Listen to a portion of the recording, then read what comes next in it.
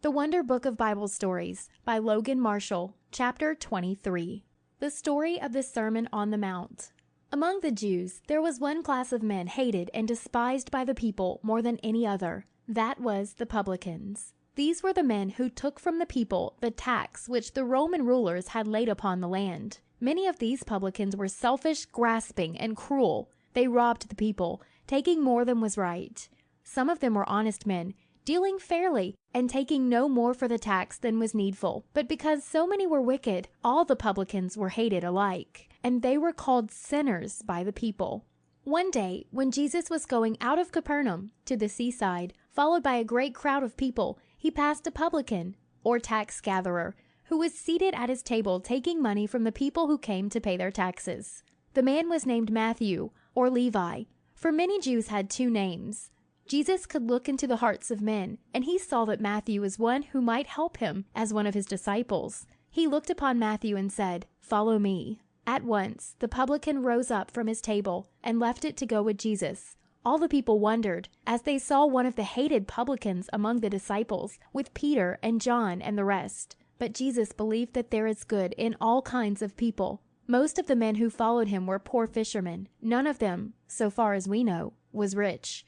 And when he called Matthew, he saw a man with a true and loving heart, whose rising up to follow Jesus just as soon as he was called showed what a brave and faithful friend he would be. The first of the 4 books of Jesus bears Matthew's name. A little while after Jesus called him, Matthew made a great feast for Jesus at his house. And to the feast he invited many publicans, and others whom the Jews called sinners. The Pharisees saw Jesus sitting among these people, and they said with scorn to his disciples, "Why does your master sit at the table with publicans and sinners?" Jesus heard of what these men had said, and he said, "Those that are well do not need a doctor to cure them, but those that are sick do need one. I go to these people because they know that they are sinners and need to be saved. I came not to call those who think themselves to be good, but those who wish to be made better." One evening, Jesus went alone to a mountain not far from Capernaum. A crowd of people and his disciples followed him, but Jesus left them all and went up to the top of the mountain, where he could be alone. There he stayed all night, praying to God, his Father and our Father. In the morning, out of all his followers, he chose 12 men who should walk with him and listen to his words, so that they might be able to teach others in turn. Some of these men he had called before, but now he called them again, and others with them. They were called the 12, or the disciples. And after Jesus went to heaven, they were called the apostles, a word which means those who were sent out, because Jesus sent them out to preach the gospel to the world. Illustration: I came not to call those who think themselves to be good.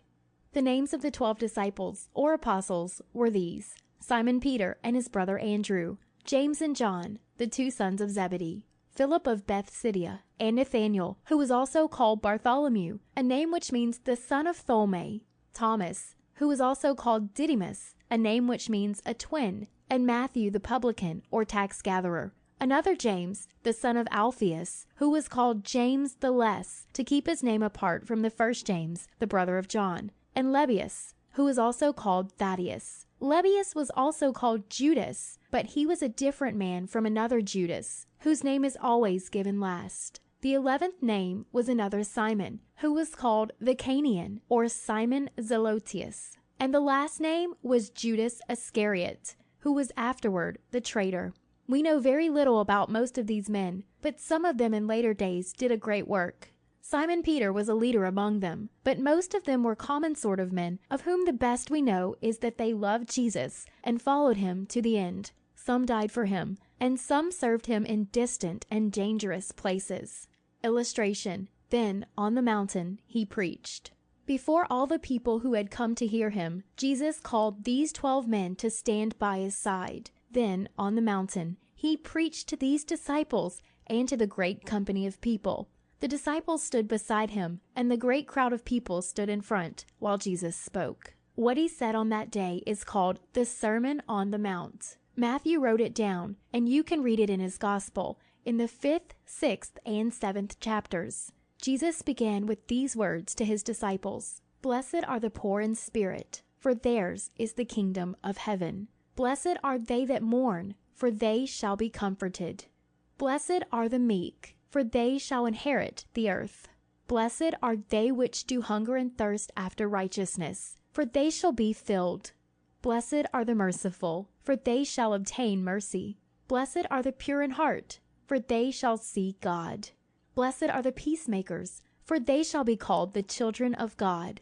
Blessed are they which are persecuted for righteousness' sake, for theirs is the kingdom of heaven. Blessed are ye when men shall revile you, and persecute you, and shall say all manner of evil against you falsely for my sake. Rejoice, and be exceedingly glad, for great is your reward in heaven. For so persecuted they the prophets which were before you. Ye are the salt of the earth, but if the salt have lost his savour, wherewith shall it be salted? It is thenceforth good for nothing, but to be cast out, and to be trodden under foot of men.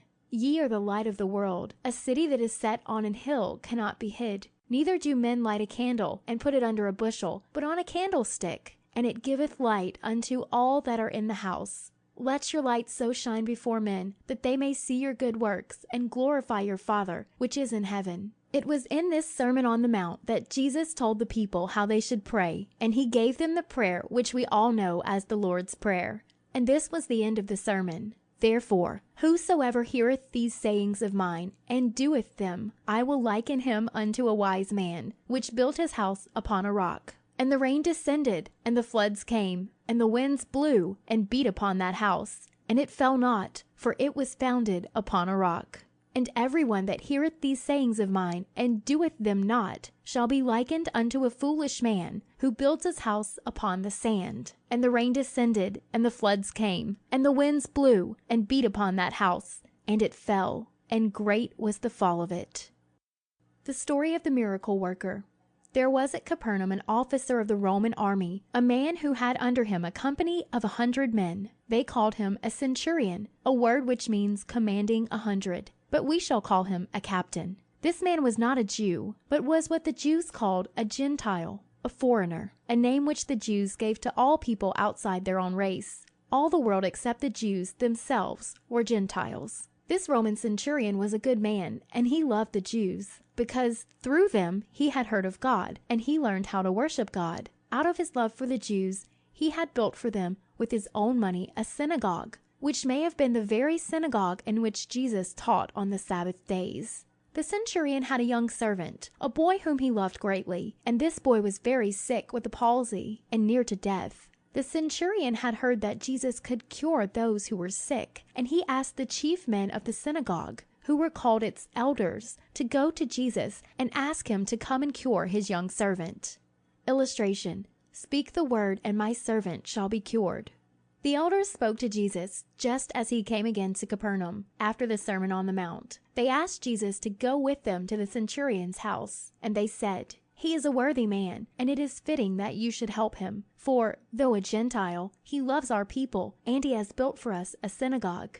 Then Jesus said, "I will go and heal him." But while he was on his way, and with him were the elders and his disciples, and a great crowd of people who hoped to see the work of healing, the centurion sent some other friends to Jesus with this message: "Lord, do not take the trouble to come to my house, for I am not worthy that one so high as you should come under my roof. And I did not think that I was worthy to go and speak to you. But speak only a word where you are, and my servant shall be made well. For I am also a man under rule, and I have soldiers under me. And I say to one, 'Go,' and he goes, and to another, 'Come,' and he comes, and to my servant, 'Do this,' and he does it. You too have power to speak and to be obeyed. Speak the word, and my servant shall be cured." When Jesus heard this, he wondered at the man's faith. He turned to the people following him and said, "In truth, I say to you, I have not found such faith as this in all Israel." Then he spoke to the friends of the centurion who had brought the word from him. "Go and say to this man, 'As you have believed in me, so shall it be done to you.'" Then those who had been sent went again to the centurion's house, and found that in that very hour his servant had been made perfectly well. And on the day after this, Jesus, with his disciples and many people, went out from Capernaum and turned southward, and came to a village named Nain. Just as Jesus and his disciples came near to the gate of the city, they were met by a company who were carrying out a dead man to be buried. He was a young man and the only son of his mother, and she was a widow. When the Lord Jesus saw the mother in her grief, he pitied her and said, "Do not weep." He drew near and touched the frame on which they were carrying the body, wrapped round and round with long strips of linen. The bearers looked with wonder on this stranger, and set down the frame with its body, and stood still. Standing beside the body, Jesus said, "Young man, I say to you, rise up." And in a moment the young man sat up and began to speak. Jesus gave him to his mother, who now saw that her son, who had been dead, was alive again. And Jesus went through all that part of Galilee, working miracles and preaching and teaching in all the villages, telling the people everywhere the good news of the kingdom of God. The children loved to gather around him, and when his disciples would have driven them away, he said, "Suffer the little children to come unto me, and forbid them not, for of such is the kingdom of heaven." Illustration: the children loved to gather around him. One Sabbath day, as Jesus and his disciples were walking in Jerusalem, they met a blind man begging. This man in all his life had never seen, for he had been born blind. The disciples said to Jesus as they were passing him, "Master, whose fault was it that this man was born blind? Was it because he had sinned, or did his parents sin?" For the Jews thought that when any evil came, it was caused by someone's sin. But Jesus said, "This man was born blind, not because of his parents' sin or because of his own, but so that God might show his power in him. We must do God's work while it is day, for the night is coming when no man can work. As long as I am in the world, I am the light of the world." When Jesus had said this, he spat on the ground and mixed up the spittle with earth, making a little lump of clay. This clay Jesus spread on the eyes of the blind man, and then he said to him, "Go wash in the pool of Siloam." The pool of Siloam was a large cistern or reservoir in the southeast of Jerusalem, outside the wall, where the valley of Gihon and the valley of Kedron come together. To go to this pool, the blind man, with 2 great blotches of mud on his face, must walk through the streets of the city, out of the gate, and into the valley. He went and felt his way down the steps into the pool of Siloam. There he washed, and then at once his lifelong blindness passed away, and he could see. When the man came back to the part of the city where he lived, his neighbors could scarcely believe that he was the same man. They said, "Is not this the man who used to sit on the street begging?" "This must be the same man," said some, but others said, "No, it is someone who looks like him." But the man said, "I am the very same man who was blind." "Why? How did this come to pass?" they asked. "How were your eyes opened?" "The man, named Jesus," he answered, "mixed clay and put it on my eyes, and said to me, 'Go to the pool of Siloam and wash.' And I went and washed, and then I could see."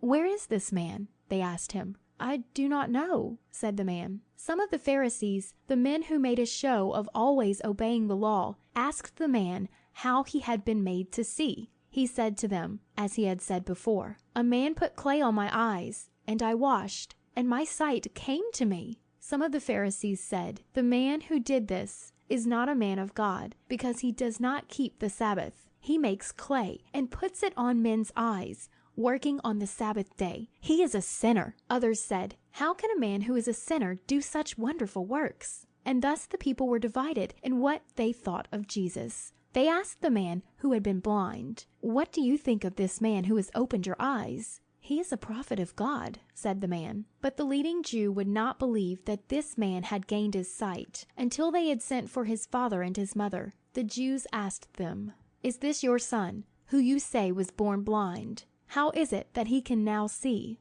His parents were afraid to tell all they knew, for the Jews had agreed that if any man should say Jesus was the Christ, the Savior, he should be turned out of the synagogue and not be allowed to worship any more with the people. So his parents said to the Jews, "We know that this is our son, and we know that he was born blind. But how he was made to see, we do not know, or who has opened his eyes, we do not know. He is of age. Ask him, and let him speak for himself." Then again the rulers of the Jews called the man who had been blind, and they said to him, "Give God the praise for your sight. We know that this man who made clay on the Sabbath day is a sinner." "Whether that man is a sinner or not, I do not know," answered the man. "But one thing I do know, that once I was blind, and now I see." We know that God does not hear sinners, but God hears only those who worship him and do his will. Never before has anyone opened the eyes of a man born blind.